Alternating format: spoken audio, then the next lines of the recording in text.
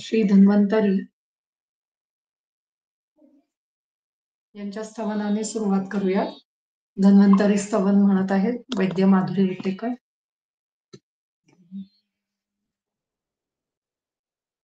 शंखं चक्रं जलौकां दधतमृतघटं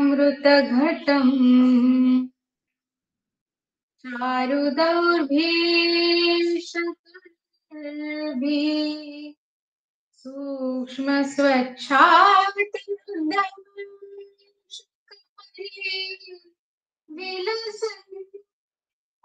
मौलिमनेत्रम्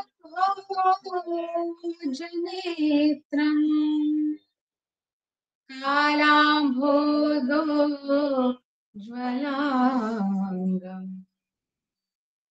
कटितटविलसश्चारु पीताम्बराढ्यम् वन्दे धन्वन्तरिं निखिलगगन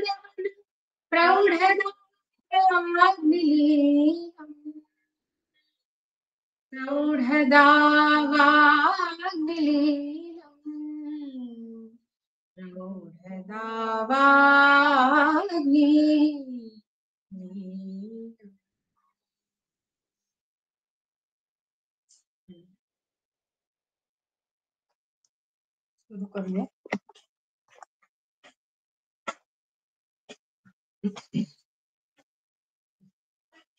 आपण त्रिशोथी अध्याय बघत होतो आणि त्या त्रिशोथी अध्यायामध्ये आपण सुरुवातीला वातज शोथ जो स्वतंत्र वातप्रकोप आहे आणि स्वतंत्र वातप्रकोपातून निर्माण झालेला जो वातज शोथ आहे तो आपण पाहत होतो. तर ते पाहत असतानाच आपण 12व्या अध्यायात जो वातप्रकोपाचं वर्णन केलेलं आहे तेही आपण पाहिलं. तर त्याच्यानुसार आपण आता इथे ती संप्राप्ती लावूया. अयम तु अत्र विशेषाः शीत रुक्ष लघु विशद श्रम उपवास अतिकर्षण क्षपणादिभिः वायुः प्रकुपिताः त्वग् मांस शोणितादीन् अभिभूय शोफम जनयति. याचा अर्थ असा होतो की शीत रुक्ष लघु विशद श्रम उपवास अतिकर्षण क्षपण इत्यादी जे काही वात वाढवणारी जे काही हेतू आहेत त्या सगळ्यांमुळे काय होतं तर शरीरामध्ये खास करून त्वचा आणि मांस आणि शोणित यांच्या ठिकाणी वाताचे गुण वाढू लागतात. ते गुण कुठले आहेत तर ज्या गुणाचा आहार आपण सेवन करतोय, ज्या गुणाचा विहार सेवन करतोय किंवा ज्या गुणाचं आचरण सेवन करतोय हेच गुण एकच मिनिट.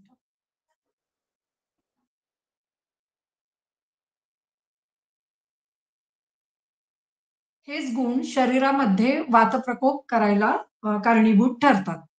मग वातासाठी जर विचार केला तर ते शीत रुक्ष लघु विशद अजून वाताचे जे काही इतर गुण आहेत तेही इथे आपल्याला जोडून घ्यायचे. चल आहे किंवा परुषत्व आहे हे सगळे गुण आपल्याला इथे जोडून घ्यायचे आणि त्या गुणांनी युक्त किंवा त्या गुणांच्या स्वरूपाचं त्वचा आणि मांस आणि शोणित हे बनत जाते असा विचार आपल्याला या ठिकाणी करायचा आहे. त्यामुळे प्रकुपिताः त्वग् मांस शोणितादीनि अभिभूय शोफम जनयति. या ठिकाणी क्षपण आदिभिः याच्यामध्ये क्षपण या शब्दाचा अर्थ आहे वमनादिभिः. म्हणजे वमन इत्यादींच्या द्वारे झालेल्या क्षपणामुळे किंवा वमन इत्यादींच्या झालेल्या वमन इत्यादी जे काही पंचकर्म आहे त्यांचा जर अतियोग झाला तर त्याच्यामुळे निर्माण होणारं जे काही क्षपण आहे शरीरामध्ये धातू बाहेर गेल्यामुळे धातू जास्त प्रमाणात बाहेर गेल्यामुळे शरीरामध्ये जे काही वाताचं प्राबल्य होतं त्या प्रकारे ते म्हणजे क्षपण या अर्थाने आपल्याला इथे घ्यायचं आहे. बाकी सगळ्याचे अर्थ आपल्याला लक्षात येतात की श्रम अधिक करणे किंवा उपवास करणे किंवा अतिकृशता असणे या सगळ्यांमुळे वाताचा प्रकोप होतो. तो त्वग मांस शोणित इत्यादींना अभिभूय करून, अभिभूय या शब्दाचा अर्थ आहे, की त्यांच्या म्हणजे संपूर्णतः त्यांना वेढून किंवा संपूर्णतः त्यांच्या आजूबाजूनी सर्व वाताचेच गुण वाढलेले दिसून येतात. हं. आणि मग तिथे शोफ निर्माण झालेला आपल्याला म्हणजे आपल्याला जे लक्षण दिसतंय ते शोफ निर्माण झाल्याचं दिसत आहे. हा शोफ कसा असतो? क्षिप्रम उत्थानम प्रशमो भवती म्हणजे तो लवकर उभारतो किंवा क्षिप्र उत्थान, क्षिप्र म्हणजे लवकर, उत्थान म्हणजे वरती येतो आणि प्रशम म्हणजे त्याचा प्रशम होतो किंवा कमी होतो. हं. तथा श्याम अरुण वर्णः हा कसा असतो? श्याम आणि अरुण वर्णी असतो. प्रकृती वर्णो वा प्रकृती वर्ण म्हणजे देह समान वर्ण असतो त्याचा. ज्या प्रकारचा देह असतो त्याच्या समान त्याचा वर्ण असतो. पुढे काय? चल, स्पंदन, खर, परुष, भिन्न, त्वग, रोम, छिद्यत इव, भिद्यत इव, पिड्यत इव, शुचिभी इव तुद्यते, पिपीलिकाभिः संसृप्यते. म्हणजे तो चल असू शकतो. त्याच्यात स्पंदन अधिक असू शकतात. म्हणजे त्वचा किंवा मांसल भाग हा थोडासा वर-खाली होतोय, असं आपल्याला तिथे जाणवू शकतं. त्यानंतर खरं परुषता असू शकते. खरता म्हणजे खरखरीतपणा, परुषता म्हणजे पुन्हा काठिण्यत्व असं तिथे असू शकतं. भिन्न त्वग रोम म्हणजे त्वचा आणि रोम हे भिन्न झालेले आहेत. भेगा निर्माण झालेल्या आहेत किंवा त्यांचं छेदन झालेलं आहे. अशा प्रकारे तिथे दिसू शकतं किंवा भेदन झालेलं आहे. पुन्हा कापल्याप्रमाणे वेदना किंवा पिड्यत, पीडायुक्त असं अशी वेदना तिथे निर्माण होते किंवा सुचिभिः इव तुद्यत. सुचींनी म्हणजे सुयांनी टोचल्याप्रमाणे वेदना त्या ठिकाणी निर्माण होतात. अशा विविध प्रकारच्या वेदना या वातशोथामध्ये सांगितल्या गेलेल्या आहेत. हं. पिपीलिकाभिः संसृप्यते. जणू काही पिपीलिका किंवा मुंग्या चालता आहेत त्याच्यावरून असं लक्षण निर्माण होतं. सर्षप कल्क अवलिप्त इव म्हणजे जर आपण मोहरीचा कल्क अंगाला लावला, तर ज्याप्रमाणे आपल्याला टोचल्याप्रमाणे वेदना होतील, त्याप्रमाणे इथे वेदना अ, निर्माण होतात किंवा एक प्रकारचं इरिटेशन त्या ठिकाणी आपल्याला जाणवतं. त्यानंतर चिमचिमायते. चिमचिमायन म्हणजे पुन्हा हर्ष किंवा मुंग्या चालल्याप्रमाणे जाणवणं असं म्हणजे चिमचिमायन. म्हणजे पुन्हा कुठल्यातरी वेगवेगळ्या प्रकारचं इरिटेशन असं त्या ठिकाणी जाणवतं. म्हणजे तिथली त्वचा ही काही सम्यक नाहीये. काहींना काहीतरी तिथे होतंय किंवा दुखतंय किंवा कुठल्यातरी टोचल्याप्रमाणे वेदना होतायत. अशा प्रकारे अ, या वेदना जाणवत असतात. संकुच्चयत आयम्यत इव म्हणजे संकोच झाल्याप्रमाणे एकतर किंवा ताणलं गेल्याप्रमाणे. म्हणजे एकतर संकोच असू शकतो किंवा ताणलं गेल्याप्रमाणे अशा वेदना तिथे किंवा अशा प्रकारे ती त्वचा त्या मनुष्याला जाणवू शकते. ही सगळी लक्षणं देण्याचं कारण इतकंच आहे, की जेव्हा पेशंट आपल्याकडे येतो, तेव्हा अशा प्रकारची काही लक्षणं तो सांगू शकतो. त्याच्यावरून आपल्याला दोष कोणता आहे, हे लवकर कळू शकतं. त्यामुळे ही सगळी लक्षणं थोडी आपण लक्षात ठेवायची आहेत. पुढे उष्ण, तीक्ष्ण, कटुक, क्षार, लवण, आम्ल, अजीर्ण भोजनैः. हे उष्ण उष्ण गुणाने उष्ण किंवा तीक्ष्ण असं किंवा कटू रसाने, क्षार, लवण, आम्ल अशा प्रकारचं जेवण घेऊन त्याचं अजीर्ण झालेलं असेल, अजीर्ण भोजनही किंवा दुसरं असंही आपण म्हणू शकतो, की अजीर्णच भोजन घेतलं, अजीर्ण असताना भोजन घेतलं तरी सुद्धा आणि तेही भोजन या प्रकारचं सर्व असेल तर. तर काय होतं, भोजनैः अग्नी आतप प्रतापैः च म्हणजे अग्नी आणि आतप यांचा काही प्रताप किंवा अग्नी अचानक अंगावर पडला किंवा आतप उन्हाचा ताप खूप मोठ्या प्रमाणामध्ये शरीरावर लागला, तर काय होतं, पित्तम प्रकुपितम पित्ताचा प्रकोप होतो आणि त्या ठिकाणी त्वचा, मांस, शोणित या पुन्हा त्वचा, मांस आणि शोणित यांना अभिभूय होऊन तो शोथ निर्माण होतो. त्वचा, मांस आणि शोणित यांच्या ठिकाणी हा शोथ निर्माण झालेला आपल्याला दिसून येतो.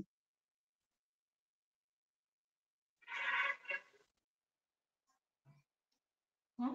पुढे सक्षिप्र उत्थान प्रशमो भवति. हा शोथही अं, अ, लवकर वाढतो आणि लवकर त्याचा प्रशम झालेला दिसून येतो. म्हणजे वाताच्या शोथाप्रमाणेच हा शोथ दिसून येतो. त्यामुळे या दोघांमध्ये जर डिफरन्शियल डायग्नोसिस करायचं असेल आपल्याला, तर जे काही हेतू दिसतात, त्याच्यावरून आपल्याला डिफरन्स कळू शकेल किंवा जी काही लक्षणं दिसत आहेत पुढे, त्याच्यावरूनही आपल्याला त्या दोघांमध्ये असलेला डिफरन्स कळू शकेल. बहुतांशी वेळेला दोन्ही एकत्र अशीच लक्षणं दिसतात. म्हणजे वातपित्त किंवा पित्त-कफ किंवा कफ-पित्त, कफ-वात अशा प्रकारची लक्षणं आपल्याला दिसत असतात. त्यामुळे हेतू कोणते आहेत आणि कोणत्या हेतूचं प्राबल्य आहे, स्वतंत्र आहे का परतंत्र आहे, या सर्वाचा विचार आपल्याला इथे करावा लागतो. अ, अजून काही दिवसांनी किंवा पुढचं शोथाचं वर्णन वाचत असताना आपण पुन्हा स्वतंत्र परतंत्रचा विचार करूया. हं. आता हा शोध कसा असतो तर कृष्ण, पीत, नील, ताम्र, ताम्र अवभास. हे कृष्ण असतो, पीत असतो, नील, ताम्र असा त्याचा रंग अवभास म्हणजे दिसणारा किंवा भासमान होणारा. तर अशा प्रकारे तो दिसतो, की काळ्या वर्णाचा आहे, पीत वर्णाचा आहे किंवा नील वर्णाचा, ताम्र वर्णाचा अशा प्रकारचा तो दिसतो. उष्ण, त्या ठिकाणी जर हात लावला, तर आपल्याला उष्णता जाणवते. त्यामुळे स्पर्श परीक्षा ही शोथामध्ये अतिशय महत्वाची आहे. उष्ण, मृदुः मृदुता जाणवते. कपिल, ताम्र, रोम हां, रोम हे कपिलवर्णी किंवा ताम्रवर्णी असतात. उष्यते, दूयते, धूप्यते, उष्मायते, स्विद्यते, क्लिद्यते, न च स्पर्शम उष्ण च सुषूयत इति पित्तशोथः. याच्यामध्ये उष्मा जास्त असतो. दूयन दूयन उष्यते इति पार्श्वस्थेन वह्नीना दह्यते. हे जणू काही मागच्या बाजूला काहीतरी वह्नी आहे, आग आहे. अशा प्रकारे तिथे जाणवत असतं. दूयते या शब्दाचा अर्थ पण असाच आहे, की अ, अ, हे काय काही दुखापत झाल्यासारखं किंवा अं, अ, अ, आतमध्ये काहीतरी वेदना कंटिन्युअस आहे, चालू आहे, इरिटेशन काहीतरी आहे, अशा प्रकारे वाटतं. धुप्यते म्हणजे धूम इव उद्वमती म्हणजे जणू काही याच्यातून आता धूर बाहेर येईल, इतक्या मोठ्या प्रमाणामध्ये उष्णता तिथे दिसते. हं. किंवा उष्मायते म्हणजे बहिः परैः अपि उष्णत्वेन उपलभ्यते. अं, म्हणजे बाहेरच्या बाजूनीही तेवढाच उष्मा तिथे जाणवतो. म्हणजे उष्यते या शब्दाचा अर्थ असा आहे, की खालच्या बाजूनी म्हणजे आतल्या बाजूनी खूप उष्मा आहे, असं जाणवतं आणि उष्मायते याचा अर्थ वरच्या बाजूनीही त्या शोथामध्ये उष्मा आहे, असं लक्षात येतं. स्विद्यते म्हणजे स्वेदन होतं. सतत त्याच्यातून स्वेद बाहेर येतो. क्लिद्यते इति क्लेदन होतं. म्हणजे तिथे क्लेद आहे किंवा तिथे काहीतरी आता अभिषंध निर्माण होणार आहे किंवा पस पूयता निर्माण होणार आहे असं कुठेतरी जाणवतं. क्लिद्यते न च स्पर्शम उष्णं च सुषूयत इति पित्तशोथः म्हणजे उष्ण स्पर्श अजिबात सहन होत नाही. सुषूयत याचा अर्थ अ, अ, अ, त्या त्या ठिकाणी उष्ण स्पर्श अजिबात त्याचा स्पर्श करवत नाही किंवा उष्ण स्पर्श झाला तर लगेचच त्रास होतो. अशा प्रकारे पित्तज शोथ शरीरामध्ये जाणवतो. सुषूयते, न सुषूयते, न सहते. स्पर्शनं च न सहते, उष्णं च न सहते. म्हणजे उष्ण स्पर्शही सहन होत नाही आणि उष्णताही सहन होत नाही. म्हणजे असं असा व्यक्ती जर उन्हामध्ये गेला तर त्याला ते सहन होत नाही. ते ऊन जे आहे ते सहन होत नाही. हं. पुढे गुरु मधुर शीत स्निग्धैः अति स्वप्न अव्यायामादिभिश्च श्लेष्मा प्रकुपितः त्वग्मांस शोणितादीन अभिभूय शोथम जनयती. गुरु मधुर शीत स्निग्ध अशा प्रकारचा आहार आणि अव्यायाम इत्यादींनी काय होतं तर कफाचा प्रकोप अधिक प्रमाणात झालेला दिसतो आणि तो कफ हा त्वग्मांस शोणित यांच्या ठिकाणी जर गेला तर तिथे कफज शोथ निर्माण होऊ शकतो. हा शोध कसा असतो? सकृच्छ उत्थान प्रशमो भवती. हा खूप उशिरा त्याचं उत्थान आणि प्रशम झालेलं दिसून येतं. पांडू श्वेत अवभासो, पांडुता किंवा श्वेत अवभास त्या ठिकाणी दिसतो. गुरु स्निग्ध लक्षण स्थिर स्त्यान शुक्ल अग्र रोम स्पर्श उष्ण सहश्च इति श्लेष्मशोथः. गुरु स्निग्ध लक्षण अशी लक्षणं त्या ठिकाणी. लक्षण म्हणजे गुळगुळीतपणा, स्थिरता म्हणजे स्थिर असतो तो. त्यामध्ये म्हणजे जरी आपण दाबलं तरी तो लगेच वरती येत नाही. स्थिरता असते त्याच्यामध्ये किंवा स्त्यानता असते. एक आतल्या बाजूला काहीतरी चिकटपणा आहे किंवा आतल्या बाजूला काहीतरी घट्टपणा आहे असं तिथे जाणवतं.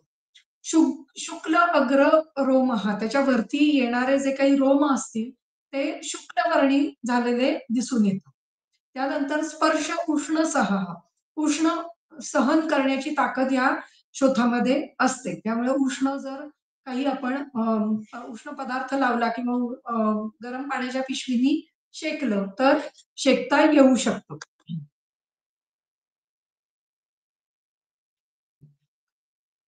त्यानंतर इति श्लेष्मशोथः. यथा स्वकारण आकृती संसर्गात द्विदोषजाः त्रयः शोथाः भवन्ति. म्हणजे स्वतःच्या आकृती आणि कारण. आकृती म्हणजे लक्षण आणि कारण म्हणजे हेतू. हं. कारण आणि आकृती किंवा संसर्ग याच्यामुळे संसर्गानी द्विदोषज आणि त्रिदोषज असे शोध निर्माण होतात. यालाच संसर्ग आणि सान्निपात असं म्हटलं जातं. यथा कारण आकृती सान्निपातात सान्निपातिक एकः सान्निपातिक शोध निर्माण होऊ शकतो. एवं सप्तविधो भेदः अशा प्रकारे 7 प्रकारचे भेद सांगितलेले आहेत. म्हणजे वातज, पित्तज, कफज, वात, पित्तज, पित्त, कफज, वात, कफज आणि त्रिदोषज असे एकूण मिळून 6 झाले. सॉरी असे द्वंद्वजपर्यंत 6 झाले आणि सान्निपातिक असा एक असा सप्तविध शोध असं वर्णन केलेलं दिसून येतं. प्रकृतीभिः ताभिः भिद्यमानो द्विविध, त्रिविध, चतुर्विध, सप्तविध, अष्टविध शोथ उपलभ्यते. पुनश्च एक एव उच्छेद सामान्य आणि उच्छेद हा समान असा त्या ठिकाणी दिसतो. म्हणजे प्रकृतीने द्विविध, त्रिविध, चतुर्विध असं वेगवेगळे शोध सांगितले गेलेले आहेत. पण उच्छेद सामान्यात एकैव. उच्छेद म्हणजे उन्नतत्व. प्रत्येकामध्ये उन्नतत्व हा गुण असतो किंवा हे लक्षण समान असतं. त्यामुळे त्याला शोथ अशी संज्ञा दिलेली दिसते.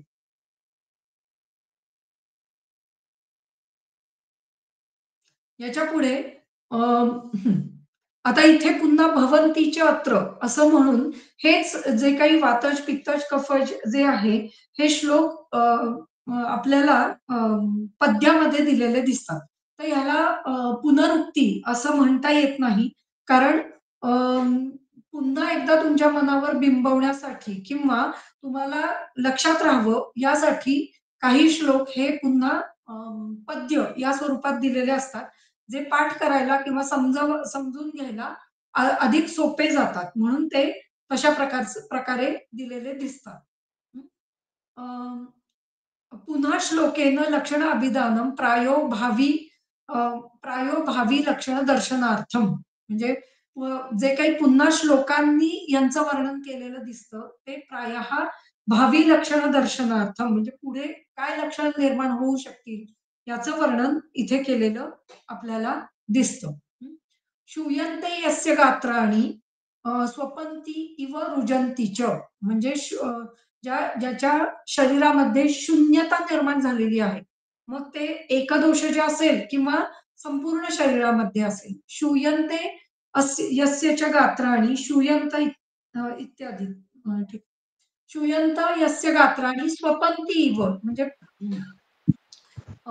त्याच्यामध्ये स्वाप निर्माण झालेला आहे किंवा ज्या ठिकाणी आपल्याला स्पर्श जाणवत नाही त्याला स्वाप असं म्हटलं जातं. स्वपंती इव. स्वपंती अधिक इव असा शब्द आहे. स्वपंती या शब्दाचा अर्थ आहे स्वाप जाणवणं म्हणजे त्या ठिकाणी आपल्याला स्पर्श न समजणं असा त्याचा अर्थ होतो किंवा रुजा निर्माण झालेली आहे. हं. अशा प्रकारे शोथ निर्माण होतो. पीडितानि उन्नमंती आशु वातशोथम तम आदिशे आणि तिथे पीडा निर्माण झालेली आहे. उन्नमन अधिक प्रमाणात निर्माण झालेलं आहे. म्हणजे तिथला जो काही अ, उंचावा आहे तो जास्त प्रमाणात आपल्याला या वाताच्या शोथामध्ये दिसून येतो. हं. पीडितांनी उन्नमंती आशु आणि हे उन्नमन फार पटकन होतं. म्हणजे जी काही संप्राप्ती घडते ती वाताच्या शोथामध्ये खूप लवकर झालेली दिसून येते. त्याला वात शोथम आदिशे. यच्च अपि अरुणं वर्णाभाः शोथो नक्तं प्रणश्यति स्निग्ध उष्णमर्दनाभ्याम च प्रणश्येत स च वातिकाः. आणि हा शोथ कसा असतो, की हा अरुणवर्णी असतो किंवा अरुण वर्णाप्रमाणे त्याची आभा असते. आभा म्हणजे दर्शन किंवा आभा म्हणजे अं, अ, त्याच्याप्रमाणे भासमान होतो किंवा अरुण वर्णाप्रमाणे जो दिसतो. हं. असा आणि हा शोध कसा आहे, की हा रात्री अ, नक्तम प्रणश्यती. अ, हा शोध रात्री कमी होतो.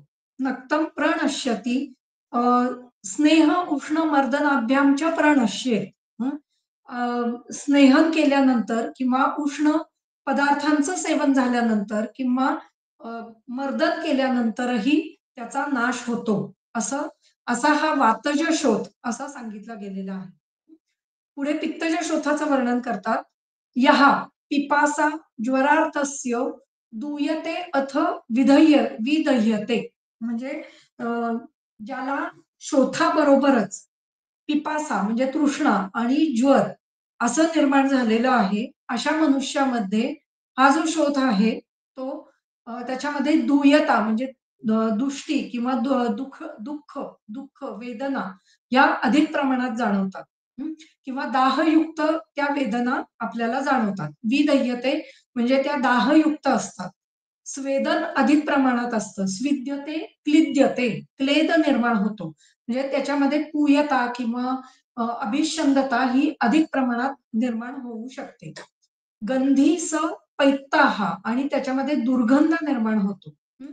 सपैत्ताः स्वयथुः स्मृताः त्याला पित्तज शोथ असं म्हटलेलं आहे.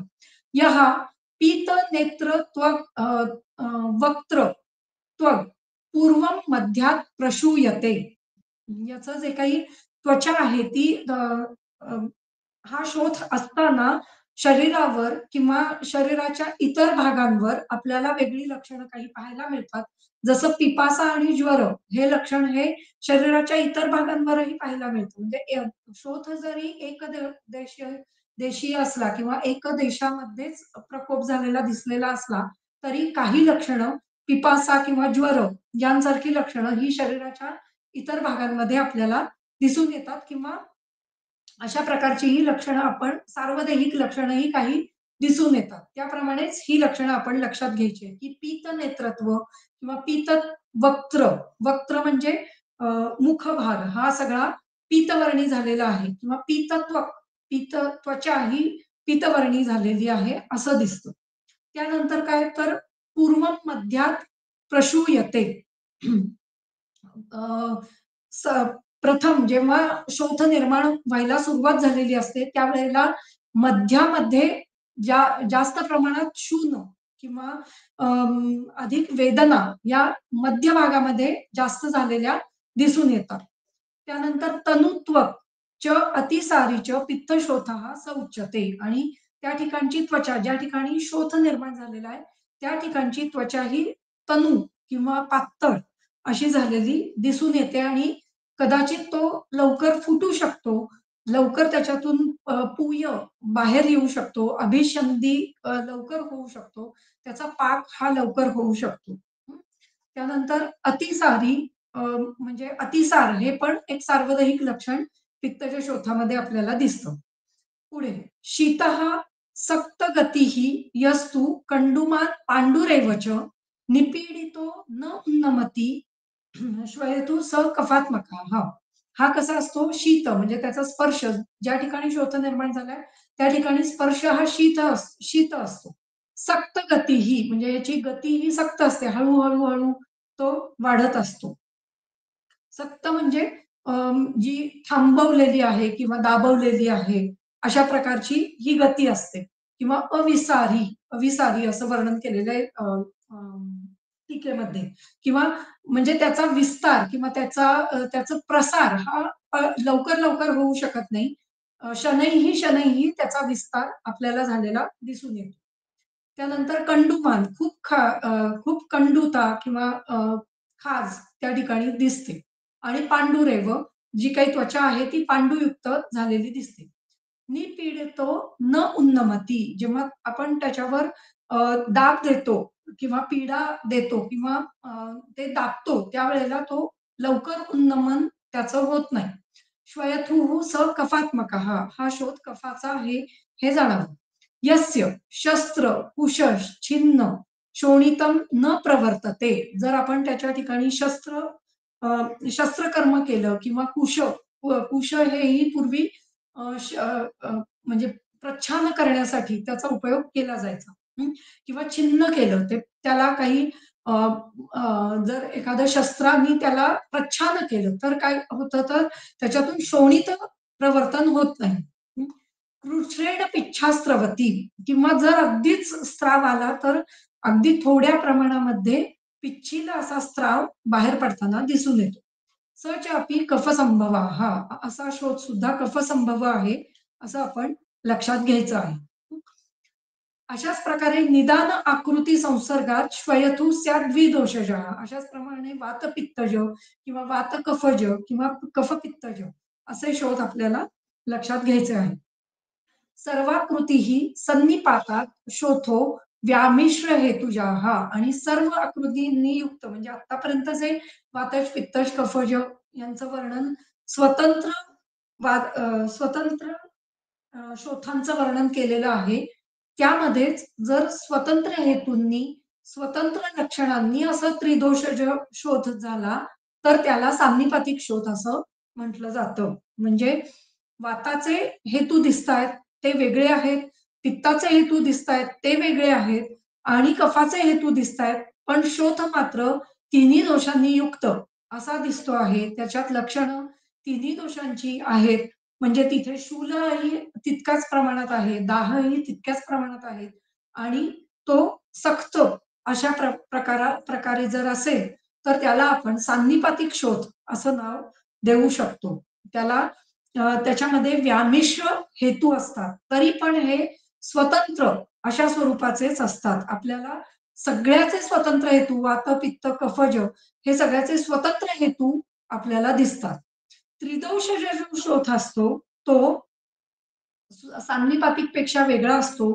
हा शोध परतंत्र शोध असतो आणि त्यामध्ये नक्की कोणाची लक्षणं आहेत, सॉरी नक्की कोणाचे हेतू आहेत, हे समजत नाही. हेतू वेगळ्याचेच असतात, लक्षणं वेगळ्याचीच दिसतात. म्हणजे समजा हेतू वात, पित्त यांचे अधिक प्रमाणामध्ये असतील, पण शोथ मात्र कफ-पित्तज हा जास्त प्रमाणात झालेला असतो. वात-पित्त कफजच तिन्ही दोषांचा शोध दिसतो. पण आधिक्याने हे लक्षणं ही कफपित्ताच्या दिसू शकतात किंवा हेतू तिन्ही दोषांचे असतील, पण फक्त शोथामध्ये वाताचीच लक्षणं अधिक प्रमाणात दिसू शकतात. तर अशा वेळेला आपण त्याला परतंत्र शोथ असं परतंत्र त्रिदोषज शोथ असं आपण म्हणू शकतो.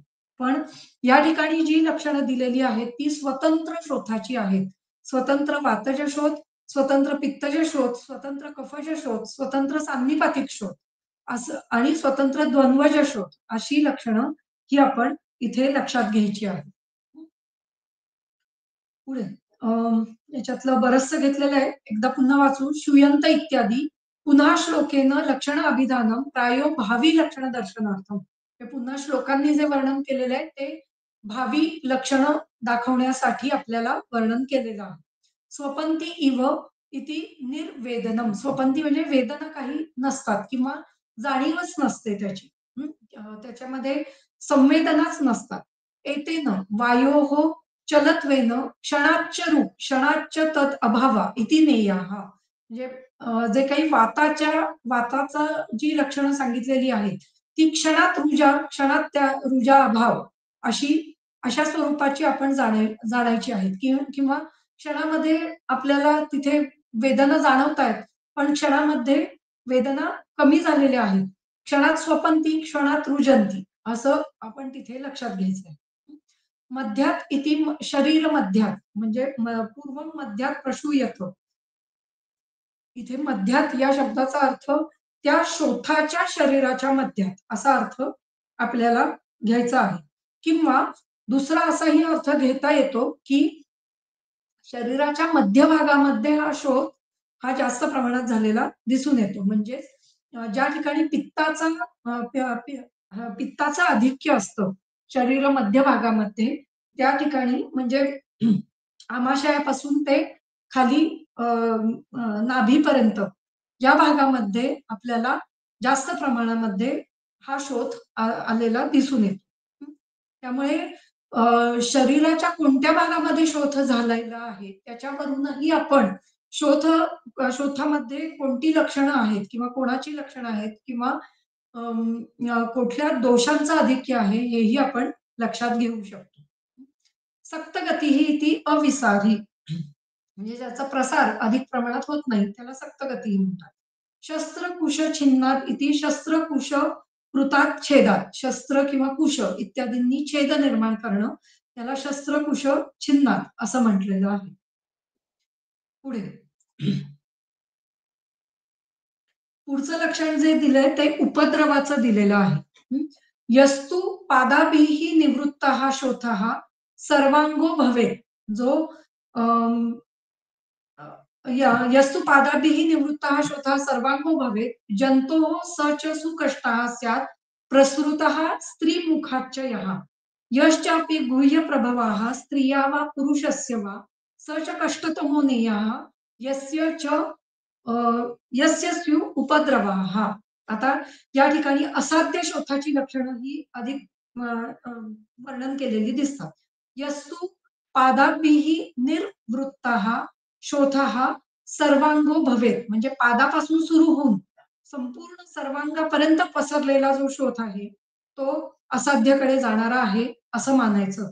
जंतोः स च सुकष्टः स्यात्. हा सुकष्टदायक म्हणजे अधिक कष्ट देणारा असा हा शोथ मानायला पाहिजे. प्रसृतः स्त्री मुखाच्छयः आणि स्त्रियांच्या शरीरामध्ये जेव्हा मुखापासून शोथ सुरू होतो आणि पादापर्यंत जातो तर तो शोथ हा कष्टदायक असतो असं आपण समजायला पाहिजे. म्हणजे वरच्या जो शोथ आहे तो पुरुषाच्या संदर्भात सांगितलेला आहे आणि जो खालचं वर्णन केलेलं आहे ते स्त्रियांच्यासाठी केलेलं दिसून येतं. यश्चापि गुह्य प्रभावाः ज्यांचा गुह्य प्रदेशी शोथ निर्माण झालेला आहे म्हणजे योनी प्रदेशी किंवा पायू प्रदेशी निर्माण झालेला जो शोथ आहे किंवा कर्णमूलाच्या मागच्या बाजूला जो शोथ निर्माण होतो तोही एक शोथ हा गुह्य शोथ अशामध्येच आपल्याला घ्यायला पाहिजे आणि तो शोथ हा कष्टदायक आहे असं वर्णन केलेलं आहे. पुढे वर्णन करतात स्त्रिया वा पुरुषस्य वा म्हणजे गुह्य प्रभाव जो शोथ आहे तो स्त्रियांमध्ये आणि पुरुषांमध्ये दोन्हीमध्ये समान मानावा, समान कष्टदायक आहे असंच मानायचं आहे. स च कष्टतमो नेयः यस्य च स्यु उपद्रवः. उपद्रवांनी युक्त असा शोथ जो असतो तो अधिक कष्टतम असतो असं वर्णन केलेलं दिसतं. पादाभिः निवृत्तः हा शोथः पुरुषाणां लघु अधोभागाः अधोदेशे जाताः सन् यदा न जीयते तदा गुरु ऊर्ध्वदेशं गतः स न पार्यते जेतुं. म्हणजे पुरुषांच्या मध्ये किंवा पुरुष शरीरामध्ये जर अधोभाग जो काही लघु आहे त्याच्यामध्ये उत्पन्न झालेला जो काही शोथ आहे तो जर जिंकला गेला नाही तिथेच तर तो वरती गुरु प्रदेशामध्ये जातो आणि मग तो जिंकण्यास कठीण होतो. त्यामुळे ज्या वेळेला पादापासून सुरुवात झाली निर्वृत्त या शब्दाचा अर्थ आहे पादापासून सुरू झालेला शोध. पाय हे अधोभागापासून सुरू झालेला शोध जर त्या ठिकाणीच त्याला जिंकलं नाही तर पुढे पुढे तो गुरु प्रदेशामध्ये जातो, कफ प्रदेशामध्ये जातो आणि मग त्या ठिकाणी त्याला जिंकणं हा कठीण होतं.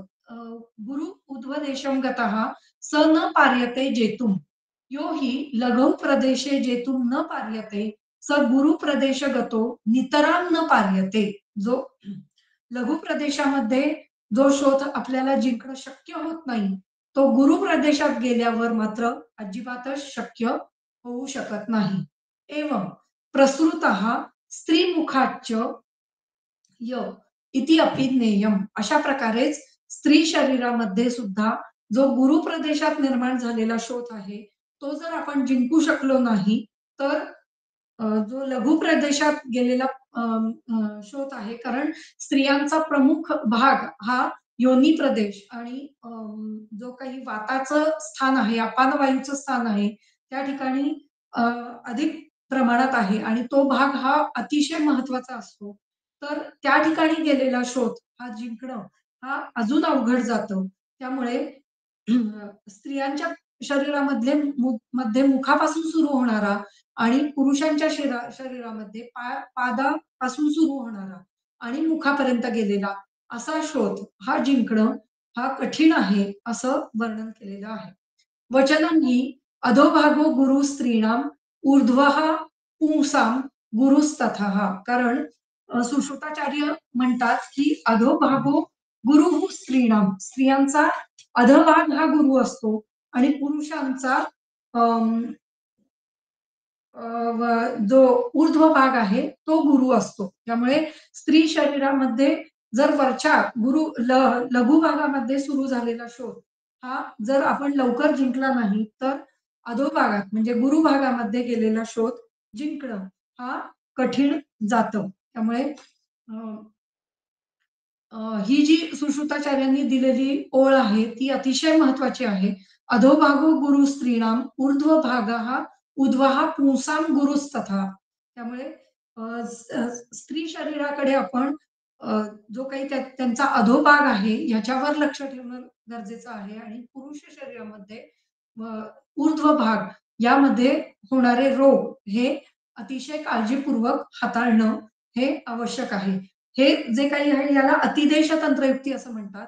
जसं शोठाच्या बाबतीत इथे दिलं, तसंच हे सर्व रोगांच्या बाबतीत आपल्याला लक्षात घेणं गरजेचं आहे. त्यामुळे स्त्री शरीरामध्ये आपल्याला अधोभागातले रोगांवर काम चांगल्या प्रकारे करावं लागतं आणि पुरुष शरीरामध्ये ऊर्ध्व भागामध्ये असणाऱ्या रोगांचं हे जे काही त्यांच्यावर उपक्रम हे लवकरात लवकर करणं हे अतिशय गरजेचं असतं. पुढे छर्दी श्वासो अरुची तृष्णा ज्वरो अतिसार एव च सप्तको अयं सदौर्बल्याः शोफ उपद्रव संग्रहः. छर्दी, श्वास, अरुची, तृष्णा, ज्वर, अतिसार हे सर्व 7 प्रकारचे उपद्रव हे शोथाचे सांगितलेले आहे. उपद्रव संग्रह हा म्हणजे उपद्रवांचा संग्रह सांगितलेला आहे. आता हे याच्यापैकी 1 किंवा याच्यापैकी 2, 3, 4 असे अ, जितके उपद्रव जास्त होतील, तितका शोध हा जास्तीत जास्त असाध्यतेकडे जाणारा दिसून येतो. त्यामुळे उपद्रव न होता शोथाच्या संप्राप्तीमध्येच त्याला चय एव जयेत, चय असतानाच त्याच्यावर विजय मिळवणं हे तितकंच महत्वाचं आहे. याच्यानंतरचं पुढचं जे काही वर्णन आहे ते अतिशय महत्वाचं आहे. यामध्ये वेगवेगळ्या प्रकारच्या शोथांचं किंवा वेगवेगळ्या एकदेशीय शोथांचं वर्णन केलेलं आपल्याला दिसतं आणि हे अतिशय महत्वाचं आहे. कारण हे शोध कुठेही शिकवले जात नाहीत. पण हे शोध आपल्याला सगळीकडे पाहायला मिळतात आणि ते आपल्याला ट्रीट करावे लागतात किंवा त्यांच्यावर चिकित्सा आपल्याला द्यावीच लागते. त्यासाठी म्हणून हे शोध अतिशय महत्वाचे आहेत. ते वातज, पित्तज, कफज आणि सांनीपाती या स्वरूपामध्ये मांडलेले आहेत. ज्यावेळेला आपण त्यांच्याकडे बघतो, त्यावेळेला आपल्याला लक्षात येतं, की एकेका दोषाच्या प्रकोपामुळे हे सगळे स्वतंत्र शोथ आहेत. हेही आपण लक्षात घ्यायचं आहे, की म्हणजे श्लेष्मा प्रकोपाने होणारा स्वतंत्र शोथ, पित्त प्रकोपाने होणारा स्वतंत्र शोथ आणि वात प्रकोपाने होणारा स्वतंत्र शोथ. अशा प्रकारे यांचं वर्णन केलेलं आपल्याला इथे दिसून येतं. हं. आणि त्यामुळे हे शोध वाचताना त्या आजारांवर अ, अ, म्हणजे जे काही उद्देश स्वरूपात सूत्रस्थानामध्ये जे काही या शोधांचं वर्णन केलेलं आहे, त्यांचं वर्णन अ, निर्देश स्वरूपात यातल्या काही शोथांचं वर्णन हे पुढे केलेलं आपल्याला दिसून येतं. ते वाचताना आपल्याला लक्षात येईल. यस्य श्लेष्मा प्रकुपितो जिव्हा मूले अवतिष्ठते. जिव्हा मूलाच्या ठिकाणी जर कफ प्रकोप होऊन शोथ निर्माण झाला, आशु संजनयेत शोथः तो आशु निर्माण होतो, लवकर निर्माण होतो. त्याला उपजिव्विका असं नाव दिलेलं आहे. जिव्हाच्या अधोभागी असा कफज जो काही शोथ असतो त्याला उपजिव्विका असं म्हटलेलं आहे. अधोभागात अनेक वेळेला आपल्याला वेगवेगळ्या गाठी इथे लिम्फ नोड्स वाढलेले आपल्याला दिसून येतात. तर हे त्यांचंच वर्णन आहे. आपण त्यांना या प्रकारे घ्यायला पाहिजे. त्याच्यामध्ये आपण हेतू शोधायला पाहिजेत, की श्लेष्म प्रकोपाचे वेगवेगळे हेतू आपल्याला दिसतायत का? आणि ते जर हेतू असतील, तर तो उपजीविका म्हणून शोध आहे आणि त्याच्यावर त्याप्रमाणे आपल्याला चिकित्सा करणं गरजेचं आहे. यस्य श्लेष्मा प्रकुपितः काकले व्यवतिष्ठते. काकले या शब्दाचा अर्थ खाली दिलेला आहे. काकले इति तालू मूलम. तालू म्हणजे अं, नासा प्रदेशाच्या खालच्या भागाला तालू असं म्हटलेलं आहे. त्यामुळे त्या ठिकाणी झालेला शोथ यस्य श्लेष्मा प्रकुपितः काकले व्यवतिष्ठते. काकल भागात जर शोथ निर्माण झाला तर आसु संजनय शोफः करोती गलशुंडिका. याला गलशुंडिका असं नाव दिलेलं आहे. हा तालू भागामध्ये असतो आणि तो थोडा मागच्या बाजूला म्हणजे नासा प्रदेशामध्ये मागच्या बाजूला ही झालेला दिसून येतो. म्हणजे तो मागच्या बाजूपर्यंत गेलेला दिसतो. याला गलशुंडिका असं म्हटलं आहे. गलशुंडिकेचंही वर्णन हा ठीक आहे. पुढे यस्ते श्लेष्मा प्रकुपितो गलबाह्ये अवतिष्ठते. शनैः संजनयेत शोफः गलगंड यस्य जायते. म्हणजे गलबाह्य गलाच्या बाहेरच्या बाजूला आपल्याला हा शोथ दिसून येतो. हा शोध शनैही हळूहळू वाढलेला दिसतो. संजनयेत शोफः गलगंडो अस्य जायते. त्याला गलगंड असं आपण म्हणतो. शनैः इति वचनेन गलगंडकारिणो दोषाः चिरक्रिया भवन्ति इति दर्शयन्ति. गलग्रहादौ च आशुकारिणो दोषाः भवन्ति. म्हणजे गलग्रह हा वेगळा शोथ आहे आणि गलगंड हा वेगळा शोथ आहे. गलग्रह याच्या ठिकाणी गळ्याच्या ठिकाणी किंवा जे काही मुखाच्या आतला भाग आहे त्या ठिकाणी ग्रह म्हणजे स्तब्धता निर्माण होते आणि किंवा त्याच्यामुळे जे काही आपला ध्वनी आहे तो व्यवस्थित बाहेर पडू शकत नाही. त्याला गलग्रह असं म्हणतात आणि तो आशुकारीण आहे. तो लवकर लवकर निर्माण होतो. पण गलगंड या शब्दाचा अर्थ आहे गळ्याच्या ठिकाणी म्हणजे म्हणजे तोंडाच्या आतल्या बाजूला कदाचित कपोल प्रदेशी सुद्धा म्हणजे दोन्ही गालांच्या बाजूला हा शोथ हळूहळू निर्माण झालेला दिसून येतो. याला गलगंड असं म्हटलं जातं. पुढे गलग्रह यस्य श्लेष्मा प्रकुपितो तिष्ठन्ति अंतर्गले स्थितः. आणि हा गलग्रह हा अंतर्गले आहे आणि गलगंड हा गलबाह्य बाजूला आहे. म्हणजे आपल्या त्वचेवर हा जास्त प्रमाणात दिसून येतो किंवा ज्याला आपण काय म्हणतो गालफुगी असं म्हणतो. त्याला गलगंड असं आपण म्हणू शकतो. आणि गलग्रह म्हणजे गळ्याच्या आतल्या बाजूला कफ प्रकोप झाल्यामुळे ज्या वेळेला प्रतिशाय किंवा कास याच्या सुरुवातीला आपल्याला हा गलग्रह झालेला दिसून येतो. ज्याच्यामध्ये श्लेष्मा हा गळ्याच्या अंतर्भागामध्ये स्थिर झालेला दिसतो आणि तिथे शोथ निर्माण झालेला आहे असं दिसून येतं. त्याला गलग्रह असं आपण म्हणू शकतो. म्हणजे छोट्या-छोट्या शोथांपासून ते अगदी मोठ्या शोथांपर्यंतचं वर्णन आपल्याला इथे दिसून येतं. हे सगळे जे काही शोथ आहेत, हे बहुतांशी महास्रोतसाशी निगडीत आहेत. त्यामुळे महास्रोतसामध्ये निर्माण झालेले इरिटेशन्स किंवा महास्रोतसामध्ये निर्माण झालेली सगळी इन्फ्लमेशन, सगळे आयटिस हे सगळे याच्यामध्ये आपल्याला या शोथामध्ये घेता येतात. त्याचं पुढचं वर्णन तुम्ही पाहिलत तर तुम्हाला नक्कीच लक्षात येईल, की सगळ्या प्रकारचे जे काही आयटीज किंवा इन्फ्लमेशन्स ही जी जी काही महास्रोतसामध्ये होतात, ती सर्व या जे काही शोथांची वर्णनं केलेली आहेत, त्या सर्व शोथांमध्ये जवळ-जवळ 17 एक शोथ आहेत. त्या सर्वांमध्ये आपल्याला झालेली दिसून येते. यस्य पित्तम प्रकुपितम, ज्याचं पित्त प्रकुपित झालेलं आहे, स रक्तम त्वची सर्पती. शोफा सरागम जनयेत विसर्प तस्य जायते. आता हा शोथ तर बाह्य भागामध्ये पण झालेला दिसून येतो. म्हणजे त्वचा प्रदेशामध्येही झालेला दिसून येतो.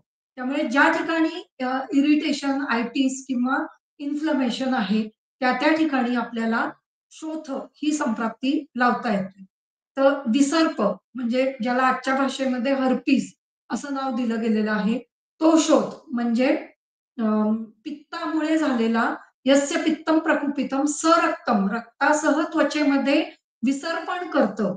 पित्ताचा एक गुण आहे सर. या सर गुणामुळे पित्तामध्ये पित्त हा रक्ताबरोबर विसर्पण करू शकतो. त्यामुळे जिथे-जिथे विसर्पण आहे, जिथे-जिथे आपल्याला दोष पसरत चाललेले आहेत, असं दिसतंय त्या ठिकाणी पित्ताची द्रवता, पित्ताची सरता वाढलेली आहे का? आणि तशा प्रकारचे हेतू आहेत का? हे लक्षात घेणं गरजेचं आहे. हं. त्यामुळे यस्य पित्तम प्रकुपितम सरक्तम त्वची सर्पती. शोफः सरागः. रागयुक्त म्हणजे रंजन करणारा असा हा शोफ निर्माण होतो. जनयेत विसर्पस्तस्य जायते. त्याला विसर्प असं म्हटलं जातं. हं. पुढे यस्य पित्तम प्रकुपितम त्वची रक्ते अवतिष्ठते. ज्या ठिकाणी शोथ निर्माण झालेला आहे आणि तो त्वचामध्ये आणि रक्तामध्ये अवतिष्ठित आहे. रक्तधातूमध्ये आणि त्वचेमध्ये जो स्थिर आहे. शोथम सरागम जनयेत पीडका तस्य जायते. आता या पीडका या छोट्यापासून ते प्रमेह पीडकांसारख्या मोठ्या पीडका अशा प्रकारे ही आपण इथे घेऊ शकतो. म्हणजेच प्रमेह पीडका या 2 प्रकारे होऊ शकतात. एक तर प्रमेहयुक्त पीडका झालेल्या आहेत. म्हणजे प्रमेह आहे आणि त्यांचा उपद्रव स्वरूप पीडका निर्माण झालेल्या आहेत. किंवा प्रमेह नसतानाही काही पीडका निर्माण होतात. त्यांनाही प्रमेह पीडका असंच नाव दिलं गेलेलं आहे. आणि या छोट्या अंशापासून ते मोठ्यापर्यंत, मोठ्या आकारापर्यंत अशा प्रकारच्या या पीडका झालेल्या दिसून येतात. यस्य पित्तम प्रकुपितम त्वची रक्ते अवतिष्ठते. त्वचा आणि रक्त यांच्या ठिकाणी जे अवतिष्ठित होतं. प्रमेह पीडकामध्ये मांस हे पण म्हणजे हा धातू पण तिथे आपल्याला घ्यायचा आहे. त्यामुळे अं, या सर्व प्रकारच्या पीडका या पित्तानी झालेल्या आहेत, हे आधी लक्षात घ्यायचं आणि प्रमेहामध्ये मात्र बहुदोष त्याच्यामध्ये कफ हाही त्या ठिकाणी अध्यारूत असतो. त्यामुळे त्याचंही वर्णन किंवा त्याचाही विचार आपल्याला करायला पाहिजे. या ठिकाणी पित्तम प्रकुपितम त्वची रक्ते अवतिष्ठते. शोथम सरागम रागपूर्ण, रंजनपूर्ण असा हा शोथ दिसतो. त्याला पीडका असं म्हटलं गेलेलं आहे. यस्य प्रकुपितम पित्तम शोणितम प्राप्य शुष्यती. ज्यामध्ये पित्त आहे अ, आणि ते शोणितामध्ये अ, अ, वाढलेलं आहे. त्याचा गुण उष्ण, तीक्ष्ण हा गुण वाढल्यामुळे त्या ठिकाणी शोणिताचा शोष निर्माण करतो. शोणितामध्ये शुष्कता निर्माण करतो. उष्ण, तीक्ष्ण गुणामुळे पित्त वाढून शोणितामध्ये शोष निर्माण करतो आणि तिलिका, पिप्लव, व्यंग, नीलका अशा प्रकारची लक्षणं निर्माण झालेली दिसून येतात. तिलका म्हणजे जे काही काळ्या रंगाचे शरीरावर तीळ निर्माण होतात, त्याला तिलका आपण म्हणू शकतो. पिप्लव म्हणजे लाल रंगाचे काही डाग निर्माण होतात, त्याला पिप्लव असं म्हणू शकतो. व्यंग, व्यंग म्हणजे अ, अ, हे मुखप्रदेशी बहुतांशी स्त्रियांना एक 50शी नंतर किंवा पाळी गेल्यानंतर काही काही भाग हा विवर्ण होतो. त्याला व्यंग असं म्हणतात. आणि निलिका म्हणजे निळ्या वर्णाच्या नीलवर्णी अशा पीडका निर्माण होतात. त्याला नीलिका असं म्हटलं जातं. हं. तर अशा प्रकारच्या वेगवेगळ्या प्रकारच्या पीडका निर्माण झालेल्या दिसून येतात. पुढे यस्य पित्तम प्रकुपितम शंखयोः अवतिष्ठते. शंख प्रदेशी जर पित्त अवतिष्ठमचं पित्ताचे गुण वाढले तर काय होतं? श्वयथू शंखको नाम दारुणस्तस्य जायते. शंख प्रदेशी निर्माण होणारा हा जो काही शोथ आहे तो दारुण स्वरूपी निर्माण होतो. आतापर्यंत मी एकच शंखकाची केस ते सुद्धा मी ऐकलेली आहे. अर्थात कोणी वैज्ञानिक ट्रीट केलेली नाही. पण शंख प्रदेशी शूल निर्माण झालेला आहे आणि 3 ते 4 दिवसामध्ये मृत्यू झालेला आहे. असं असं अशी केस मी पाहिलेली आहे. पाहिलेली म्हणण्यापेक्षा ऐकलेली आहे. ओळखीची असल्यामुळे तिची सगळी हिस्ट्री आम्हाला कळली. पण तिला शंखक नावाचा रोग झालेला आहे हे तिथे आपल्याला जाणवू शकतं. कारण शूल निर्माण झाला. हार्डली 3 ते 4 दिवस शूल होता आणि त्यानंतर मृत्यू आलेला दिसला. तर आणि त्यामध्ये खूप वेदना होत्या. केवळ शिरःशूल आहे म्हणून कुठलीही ट्रीटमेंट व्यवस्थित घेतली गेली नाही. पण त्या शिरःशूलामुळे मृत्यू झाला असं लक्षण तिथे दिसून आलं. त्यामुळे यस्य पित्तम प्रकुपितम शंखयोः अवतिष्ठते श्वयथू शंखको नाम दारुणः तस्य जायते. पुढे यस्य पित्तम प्रकुपितम कर्णमूले अवतिष्ठते. कानाच्या मूल प्रदेशी शोथ निर्माण झालेला आहे. कर्णमूले अवतिष्ठते आणि तिथे पित्त प्रकोप आहे. ज्वरांते ज्वर जर तिथे निर्माण झाला तर मात्र तो दुर्जय ठरतो. जर ज्वर निर्माण झाला तर तो अंत करणारा किंवा मृत्यूकडे घेऊन जाणारा असा शोथ हा कर्णमूल शोथ हा मानला जातो. पूर्वी बहुधा याचं पॅन्डेमिक किंवा एपिडेमिक झालेलं ही ऐकिवात आहे. अगदी मला हे सांगता येणार नाही. मिळालं काही रेफरन्स तर पुढच्या वेळेला सांगेन. पण कर्णमूल शोथामुळे काही म्हणजे त्याचं पॅन्डेमिक किंवा त्याचं म्हणजे ते पसरणारा असा तो शोथ हा ऐकिवात आहे. जर सापडलं काही तर मी सांगेन. हं. पुढे अशाच प्रकारे वातः लिहानम उद्धूय कुपितो यस्य तिष्ठति शनैः परितुदन पार्श्वम लिहा तस्य अभिवर्धते. म्हणजे वात वात हा आपल्या गुणांनी वाढून लिहा प्रदेशी प्रकुपित होतो आणि त्या ठिकाणीच राहतो आणि तिथे तोद निर्माण करतो. याला प्लीहा असं म्हटलं जातं किंवा प्लीहा शोथ असं म्हणता येतं. अनेक वेळेला स्प्लिनोमेगॅली झालेली दिसून येते आणि ती दीर्घकाळ राहते. त्या ठिकाणी शूल असतो. बाकी कुठल्याच वेदना दिसत नाही. तर त्या ठिकाणी वातज प्लीहा शोथ आहे का? हे आपल्याला डिफरन्शियल डायग्नोसिसनी किंवा लक्षणांनी, हेतूंनी आपण लक्षात घ्यायचं आहे. प्लीहा तस्य अभिवर्धते असंही म्हटलेलं आहे. त्यामुळे इथे स्प्लिनोमेगॅली आपण लक्षात घ्यायची आहे. पुढे यस्य वायुः प्रकुपितो गुल्मस्थाने अवतिष्ठते शोफम सशूलम जनयम गुल्मस्तस्योपजायते. जर वात प्रकुपित झाला तर तो जर गुल्म प्रदेशी त्याचं स्थान असेल तर तो शोफ किंवा शूल हा गुल्म हे गुल्म या नावाने जाणायचा आहे. आता गुल्माची स्थानं कोणकोणती आहेत? तर ती 5 प्रकारची स्थानं दिलेली आहेत. हे आपण गुल्म म्हणजे शोथ झाल्यानंतर आपण गुल्म हाच व्याधी घेऊयात. तर फार महत्वाचा व्याधी आहे. गुल्माची जर आपण स्थानं पाहत गेलो तर ती जवळ-जवळ सगळी महासंतसाची स्थानं आहेत. मगाशी मी सांगायला थोडी चुकले.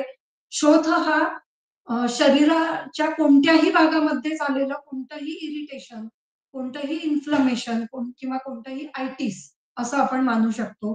पण गुल्म म्हणजे महासंतसामध्ये झालेलं कोणतंही इरिटेशन किंवा कोणतंही आयटिस याला गुल्म असं नाव आपण देऊ शकतो. जेव्हा आपण गुल्म पाहू, तेव्हा आपल्याला लक्षात येईल, की मुखप्रदेशापासून ते अं, गुद प्रदेशापर्यंत जर कुठेही इन्फ्लमेशन झालेलं आहे, आयटिस झालेलं आहे किंवा शोथ निर्माण झालेला आहे. तिथे अ, अ, जर काही इरिटेशन असेल किंवा काही पीडका निर्माण झालेल्या आहेत, तर त्याला आपण गुल्म असं म्हणू शकतो. ते ज्या वेळेला आपण गुल्म पाहू, तेव्हा आपल्याला लक्षात येईल. यस्य वायुः प्रकुपितो गुल्मस्थाने अवतिष्ठते आणि खास करून म्हणजे गुल्माची स्थानं ही वरच्या भागापासून खालच्या भागापर्यंत अनेक स्थानं घेतलेली आहे. हृदय हे सुद्धा एक गुल्मस्थान आहे. मग हृदयाचं वर्णन तर कफस्थानामध्ये आहे. तरी त्या ठिकाणी वायूचा प्रकोप हा महत्वाचा मानलेला आहे. त्यामुळे तो कसा काय हे आपण त्या ठिकाणी पाहू शकतो. त्यामुळे तेही एक प्रकारचा शोथ आहे, असं आपण लक्षात घ्यायचं आहे. शोफम सशूलं जनयन् गुल्मस्तस्योपजायते. यस्य वायुः प्रकुपितः शोफशूलकरश्चरन् वंशनात वृषणो याती वृद्धिस्तस्योपजायते. वात प्रकुपित होऊन शोफ शूल निर्माण करतो. कुठे? वंशण प्रदेशी किंवा वृषण प्रदेशी. तर त्याला वृद्धी असं नाव आपण देतो. हं. वंशण प्रदेशी जर झाला तर त्याला वंशण शोथ किंवा वंशण वृद्धी किंवा वृषण प्रदेशी झाला तर त्याला वृषण वृद्धी असं नाव दिलं जातं. मग आपण प्रोस्टेटची ट्रीटमेंट करू शकतो का नाही? तर करू शकतो. तर त्याचं वर्णन आपल्याला आलेलं इथे दिसून येतं, की वंशण प्रदेशात शोथ निर्माण झालेला आहे किंवा वृषण प्रदेशात निर्माण झालेला आहे. त्याला आपण बुद्धी या पद्धतीने ट्रीट करू शकतो. त्याला चिकित्सा देऊ शकतो. यस्य वायुः प्रकुपितः शोफशूलकरश्चरन् वंशनात् वृषणौ याति वृद्धौ तस्योपजायते. यस्य वातः प्रकुपितः त्वग्मांसान्तरम् आश्रिताः त्वचा आणि मांस यांच्या ठिकाणी जो आश्रित झालेला आहे, शोथम संजनयेत कुक्षौ उदरम तस्य जायते. कुक्षी प्रदेशी जर शोथ निर्माण झाला तर त्याला उदर असं म्हटलेलं आहे.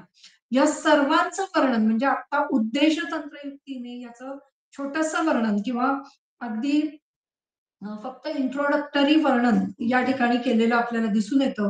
पुढे चिकित्सा स्थानामध्ये ह्याच सर्व शोथांचं वर्णन हे मोठ्या प्रमाणात हेतू, लक्षणे आणि चिकित्सा या स्वरूपात झालेलं आपल्याला दिसून येतं.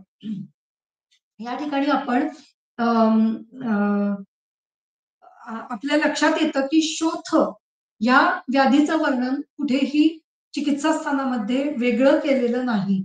कारण शोथ म्हणजे हेच सगळे जे आहेत ते शोथच आहे.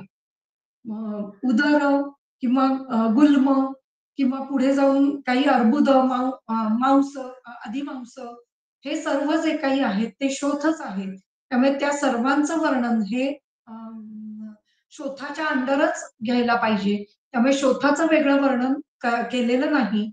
अ, या सर्वांचं वर्णन जेव्हा आपण वाचू त्यावेळेला आपोआपच आपण शोथाची चिकित्सा करणारच आहोत. त्यामुळे शोथाचं वेगळं वर्णन कुठेही ग्रंथात झालेलं दिसून येत नाही. ते उद्देश स्वरूपामध्ये त्रिशोथीय याच अध्यायात केलेलं दिसून येतं. सुश्रुताचार्यांनी मात्र शोथाचं वर्णन हे वेगळं केलेलं दिसतं. कारण त्यांचं ते शल्यतंत्रकार आहेत आणि त्यांना सुश्रुताचार्य हे स्थानिक चिकित्सेवर अधिक भर देतात. त्यामुळे ज्या ठिकाणी शोथ निर्माण झालेला आहे, त्या ठिकाणची चिकित्सा ही वेगवेगळ्या प्रकारे आपल्याला करता येऊ शकते. हे वर्णन करण्यासाठी म्हणून सुश्रुताचार्य हे शोथाचं वर्णन वेगळं करतात. त्यामुळे इथे आपण उदर पाहिला. पुढे यस्य वातः प्रकुपितः कुक्षिम आश्रित्य तिष्ठति न अधोव्रजति न अपि ऊर्ध्वं अनाहाः तस्य जायते. अनेक वेळेला अनाह उदरावर आपण उदर परीक्षण केल्यानंतर आपल्याला समजतं की अनाह निर्माण झालेला आहे किंवा तिथे असलेला वात प्रकोप आपल्याला जाणवतो. वाताचं जडत्व हे वाताचं त्या ठिकाणी आधमान किंवा वाताचं पूर्णत्व त्या ठिकाणी आपल्याला जाणवतं. त्याला वातप्रकोप झालेला आहे. कुक्षी प्रदेशी असा हा शोथ निर्माण झालेला आहे. हे आपल्याला जाणवू शकतं. त्याला अनाह असं नाव दिलेलं आहे. यस्य वातः प्रकुपितः कुक्षिमाश्रित्य तिष्ठति, न अधोव्रजति, खालच्या दिशेनेही जात नाही आणि न उध्वम दिशेनेही जात नाही. न उध्वम व्रजती, त्याला अनाह असं म्हणतात. अनेक वेळेला रुग्ण सांगत येतो, की मला खूप पोटामध्ये जडत्व निर्माण झालेलं आहे आणि पोटामध्ये गुब्बारा भरलाय, असं वाटतं त्याला. अनाह असं आपण नाव देऊ शकतो. रोगाश्च उत्सेद सामान्यात. आता उत्सेद सामान्यांनी जे काही इतर रोग आहेत, त्याच्यामध्ये अधिमांस, अर्बुद इत्यादयः. म्हणजे अर्बुदाचं वर्णन हे शोथामध्ये केलेलं आपल्याला दिसून येतं. अधिमांसाचं वर्णन, मांस अधिक्याने वाढणं, म्हणजे मांसवृद्धी होणं. एकाच धातूची अधिक प्रमाणात एकाच वेळेला युगपत वृद्धी होणं, याला अधिमांस असं आपण म्हणू शकतो किंवा मांस धातूची एकाच ठिकाणी एकाच वेळेला अधिक प्रमाणात वृद्धी होणं, याला अधिमांस आपण म्हणू शकतो. अशा प्रकारचे शोथ विशिष्टाः नामरूपाभ्याम निर्दिश्याः शोथसंग्रहे. अशा प्रकारे विविध प्रकारचे शोथ नामरूपांनी वर्णन केलेले अशा प्रकारच्या अनेक शोथांचा, अनुक्त शोथांचाही वर्णन किंवा अनुक्त शोथांचं संकलन आपण या शोथ, या त्रिशोथीय ह्याच्यामध्ये करू शकतो. इथे वातज, पित्तज, कफज असे काही यथासंख्य किंवा काही काही प्रमाणातले शोथ इथे वर्णन केलेले आहेत. याला प्रदेश तंत्रयुक्ती असं म्हणतात. प्रदेश. प्रदेश या शब्दाचा अर्थ असा आहे, की जे एकदेशाने वर्णन केलेलं आहे. म्हणजे सगळ्याचं वर्णन करणं शक्य नाही. त्यातल्या काही गोष्टींचं वर्णन केलेलं आहे. प्रदेश याचा अर्थ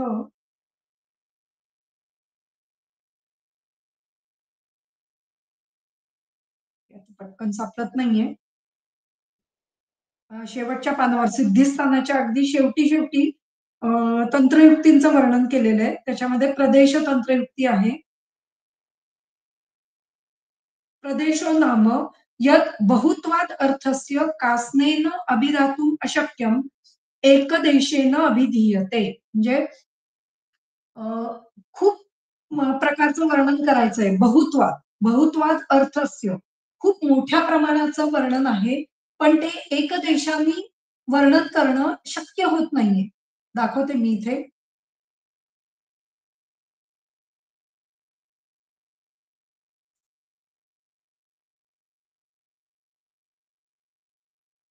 सगळ्यात शेवटचा अध्याय आहे आणि त्याच्यामध्ये जी टीका दिलेली आहे, तंत्रयुक्तीबाबतचं जे वर्णन केलेलं आहे, तंत्रयुक्तीची जी काही टीका आहे, श्लोक नंबर आहे 41.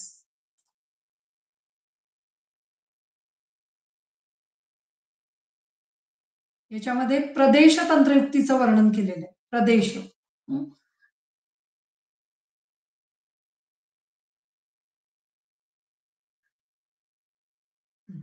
प्रदेशो नाम यद बहुत्वाद अर्थस्य, म्हणजे खूप मोठ्या प्रमाणात काहीतरी वर्णन करायचं आहे. कासनेनं अभिधातुम अशक्य, म्हणजे एकाच वेळेला, कासनेनं म्हणजे एकाच वेळेला, अभिधातुम म्हणजे सांगणं, अशक्य अशक्य होतं. एक देशेनं अभिधीयते, म्हणून एकच वर्णन केलेलं आहे. म्हणजे थोड्याच प्रमाणात, एकच म्हणजे एकच नाही धरायचं इथे, तर थोड्या प्रमाणात वर्णन केलेलं आहे. त्याला प्रदेश असं म्हटलं जातं. यथा अनुपान एकदेशो अयम उक्तः योगिकः. हे चरक सूत्रचा अध्याय 27 मध्ये जे काही अन्नपान विधी किंवा अन्नपानांचं वेगवेगळ्या षष्टी धान्य, शाली धान्य, शिंबी धान्य, मांसवर्ग किंवा अनेक वर्गांचं वर्णन तिथे, मूत्र वर्ग, दुग्ध वर्ग इत्यादी अनेक वर्णांचं वर्णन हे या प्रदेश तंत्रयुक्तीने केलेलं आहे. याचा अर्थ असा, याच्यापेक्षा अनेक सारे वर्णन करण्याजोगे पदार्थ आहेत. पण या ठिकाणी आम्हाला एकतर सूत्र रूपाने वर्णन करायचं आहे. दुसरी गोष्ट अजून याच्यापेक्षा जर ग्रंथ वाढवत गेलं, तर ते अमर्यादित राहील आणि त्याला कुठलीही मर्यादा राहणार नाही. ग्रंथ वाढत जाईल.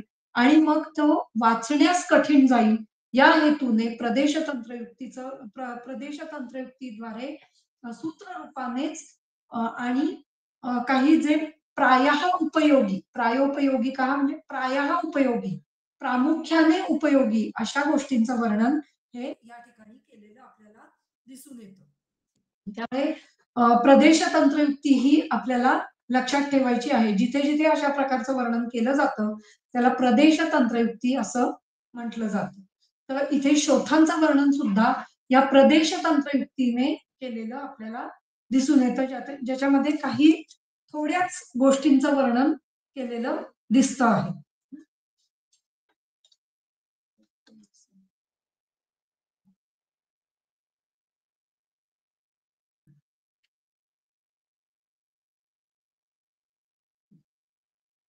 त्यामुळे विशिष्ट नामरूपाभ्याम निर्देशा शोथसंग्रहे आणि अनेक अशा शोथांचं वर्णन करणं शक्य आहे. त्यांचा संग्रह करणंही शक्य आहे. पण इथे काही विशिष्ट अशा नामरूप विशिष्ट अशा काही शोथांचं वर्णन इथे केलेलं आपल्याला दिसून येतं. पुढे पुढे एक महत्वाचा शोध दिलेला आहे. तो घेऊयात आणि थांबूयात. टीका पुढच्या वेळेला पाहूयात. वातपित्त कफ हा यस्य युगपत प्रकुपितः त्रयः. वातपित्त आणि कफ हे तिन्ही एकत्र वाढलेले आहेत. स्वतंत्र पुन्हा इथे स्वतंत्र प्रकोप आहे. वातपित्त कफ युगपत स्वतंत्र प्रकुपितः त्रयः. त्रयः म्हणताना तिन्ही स्वतंत्र वाढलेले आहेत. जिव्हा मूले अवतिष्ठते, जिव्हा मूल प्रदेशी त्यांचं अवतिष्ठन झालेलं आहे. विदहंतः दाह निर्माण झालेला आहे.